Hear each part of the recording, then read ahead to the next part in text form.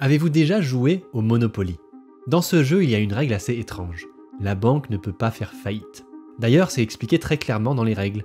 La banque ne faillit jamais. Si elle manque de fonds, elle peut en émettre autant qu'elle le désire, simplement en l'écrivant sur du papier ordinaire.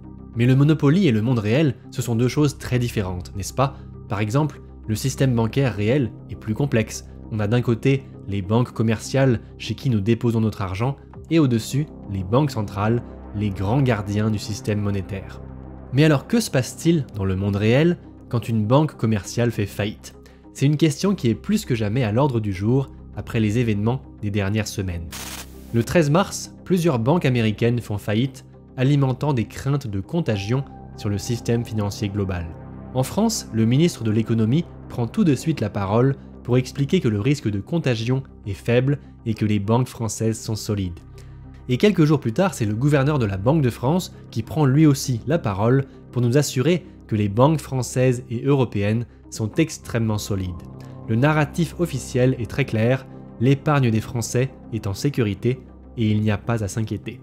Mais malgré tout, beaucoup de gens ont commencé à se poser la question: qu'advient-il de notre argent si notre banque fait faillite? Qui nous protège? Le gouvernement? La banque centrale? Et surtout, avec quel argent? Pour les quelques prochaines minutes, plongeons-nous dans les méandres des garanties du système bancaire et posons-nous une question très simple: jouons-nous tous, sans le savoir, à un gigantesque jeu de Monopoly grandeur nature? Avant de commencer, permettez-moi de vous souhaiter la bienvenue sur la chaîne Money Files. Sur cette chaîne, je posterai régulièrement des vidéos comme celle-ci sur des sujets importants liés à l'économie, à l'argent, à la finance et à l'état du système monétaire. Si ce sont des sujets qui vous intéressent, n'hésitez pas à vous abonner et si la vidéo vous plaît, merci d'appuyer sur le bouton j'aime pour m'aider à développer la chaîne.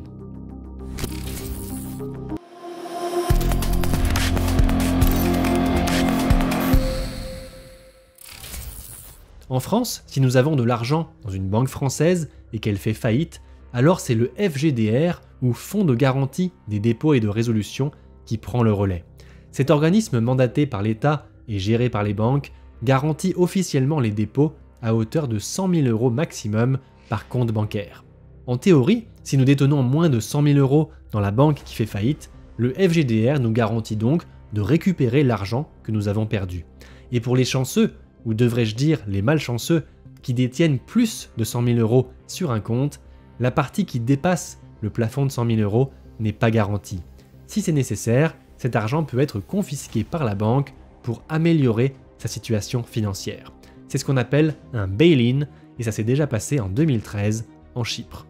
Ceci étant dit, un optimiste pourrait malgré tout se dire que, après tout, si c'est garanti jusqu'à 100 000 €, alors tout va bien tant que l'on possède moins de 100 000 € à la banque.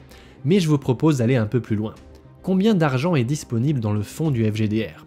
Selon le site officiel de l'organisme, en fin 2021, le FGDR disposait d'environ 6 milliards d'euros de fonds propres.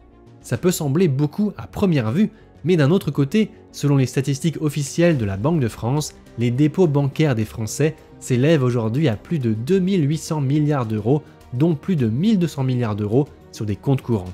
Une somme 200 fois plus élevée que la taille du fonds de garantie. Le 15 mars, l'organisme a précisé sur son compte Twitter officiel que l'indemnisation par le FGDR ne s'opère qu'auprès de banques petites ou moyennes. Pour un établissement bancaire de premier plan, c'est le mécanisme européen de résolution unique avec le fonds de résolution unique doté de 70 milliards d'euros d'ici fin 2023 qui serait actionné. Il y a donc un fonds de garantie supplémentaire de 70 milliards d'euros au niveau européen qui est destiné à garantir les fonds déposés dans les banques dites systémiques, c'est-à-dire dont la faillite déclencherait une réaction en chaîne au niveau mondial. En France, il s'agit de banques comme la BNP Paribas, la Société Générale ou encore le Crédit Agricole. Mais si on fait rapidement le même calcul que tout à l'heure, on constate que le Fonds européen de garantie des dépôts ne peut garantir en réalité qu'environ 0,5% du montant total des dépôts bancaires européens, estimé à 8 000 milliards d'euros. On en arrive donc à un constat assez inconfortable. Les dépôts bancaires des Français auraient très peu de chances de pouvoir être réellement garantis jusqu'à 100 000 €, particulièrement dans le cas de la faillite d'une ou de plusieurs banques dites systémiques. Il n'y aurait tout simplement pas assez d'argent dans ce fonds pour rembourser tout le monde. C'est donc l'un des plus grands secrets ou mensonges de notre système bancaire actuel.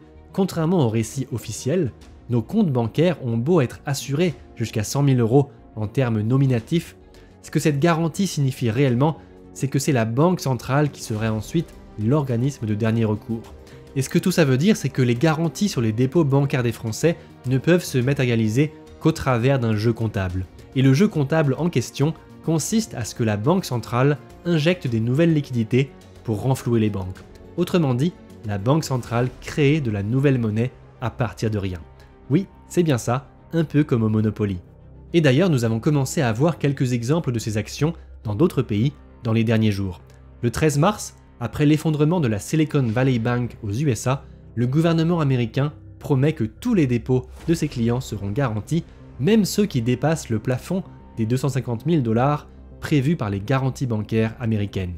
Le 16 mars, la banque Crédit Suisse, qui est considérée comme une banque systémique dans l'Union européenne, est autorisée à emprunter 50 milliards de francs suisses à la Banque centrale après l'effondrement de son titre en bourse. Et le même jour, JP Morgan, la plus grande banque américaine, estime que la Banque centrale américaine pourrait injecter jusqu'à 2000 milliards de dollars dans le système bancaire pour calmer la crise bancaire qui est actuellement en cours. Mais le problème de l'impression monétaire, c'est qu'elle a des conséquences irréversibles. En ajoutant de nouvelles unités de monnaie dans un système, le pouvoir d'achat des unités de monnaie existantes est dilué, ce qui se matérialise par l'inflation des prix.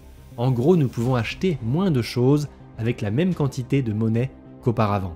Dans les années 1920 ou 1930, le célèbre entrepreneur Henry Ford disait la chose suivante. Heureusement que les citoyens ne comprennent pas notre système bancaire et monétaire, car s'ils le comprenaient, je pense qu'il y aurait une révolution d'ici à demain matin. Henry Ford faisait référence au fait que les banques fonctionnent avec des réserves fractionnaires, mais il se retournerait probablement dans sa tombe s'il était amené à étudier le fonctionnement actuel du système bancaire. En ne permettant pas aux grandes banques de faire faillite, les banques centrales ont créé un système qui encourage la prise de risque sans conséquence. Un système où les gains financiers des banques quand tout va bien n'appartiennent qu'à elles, mais leurs pertes quand tout va mal appartiennent à tout le monde. Nous nous retrouvons donc aujourd'hui avec la sensation désagréable de savoir que ce sont les contribuables qui finiront par payer in fine pour les risques qui sont pris et qui continueront à être pris par les banques. Dans le système actuel, la grande question n'est donc plus tant de savoir si en cas de faillite de notre banque, nous allons pouvoir récupérer nos euros sur notre compte.